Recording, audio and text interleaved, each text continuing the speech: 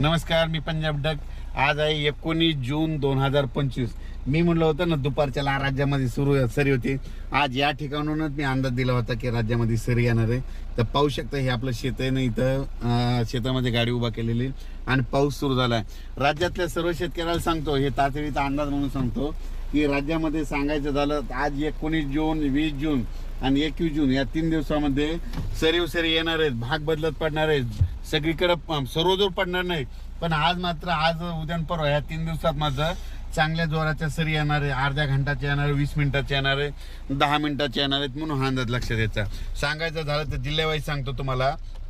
पुणे जिल्हा, नगर जिल्हा, धाराशिव जिल्हा, लातूर जिल्हा, त्याच्यानंतर बीड जिल्हा, त्याच्यानंतर नगर जिल्हा, संभाजीनगर, नाशिक तर खूप, उत्तर महाराष्ट्र खूप पडणार, त्याच्यानंतर जळगाव जिल्हे खूप पडणार, त्याच्यानंतर संभाजीनगर जोरात राहील, त्याच्यानंतर जालना देखील जोरात राहील, त्याच्यानंतर बुलढाणा देखील जोरात राहील, त्याच्यानंतर परभणी जिल्ह्यात राहील, हिंगोली जिल्ह्यात राहील, वाशिम जिल्ह्यात राहील, नांदेड जिल्ह्यात राहील, त्याच्यानंतर यवतमाळ जिल्ह्यात देखील राहील, धर्माबादकडे राहील, तेलंगणाकडून बी पडेल, त्याच्यानंतर विदर्भामध्ये अमरावतीकडे राहील, अकोल्याकडे राहील, वर्ध्याकडे राहील, अकोटकडे राहील. म्हणजे सांगायचं तर हे जिल्ह्यामध्ये मात्र ह्या 3 दिवसात मात्र पाऊस पडणार आहे.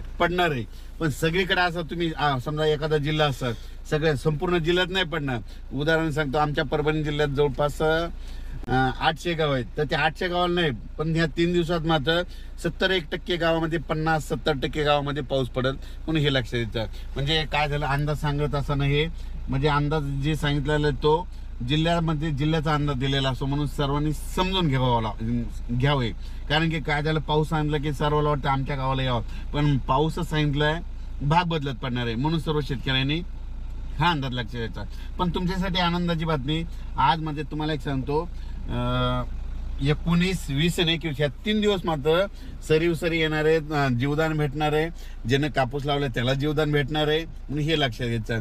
अचानक वातावरणात बदल झाला तर लगेच एक मेसेज दिला जाईल. आणि राज्यामध्ये आता वारं जे सुटलेलं आहे ते काय होणार आहे, 24च्या नंतर बंद होणार आहे, 25 पासून बंद होणार आहे. आणि पाहू शकतात हे दुपारचे 12 वाजून 47 मिनिट झालेले आहेत. आणि हे माझ्या शेतामधून अंदाज दिलेला आहे. आणि हे पाहू शकता पाऊस बी चालू आहे. हे आमचं शेड, या ठिकाणी ही सोयाबीन उगवलेली आणि पाहू शकता. आणि हे करत असताना शेतकऱ्याला सांगतो, तुम्ही तुमच्या पिकाची स्वतःची काळजी घ्यावी. धन्यवाद.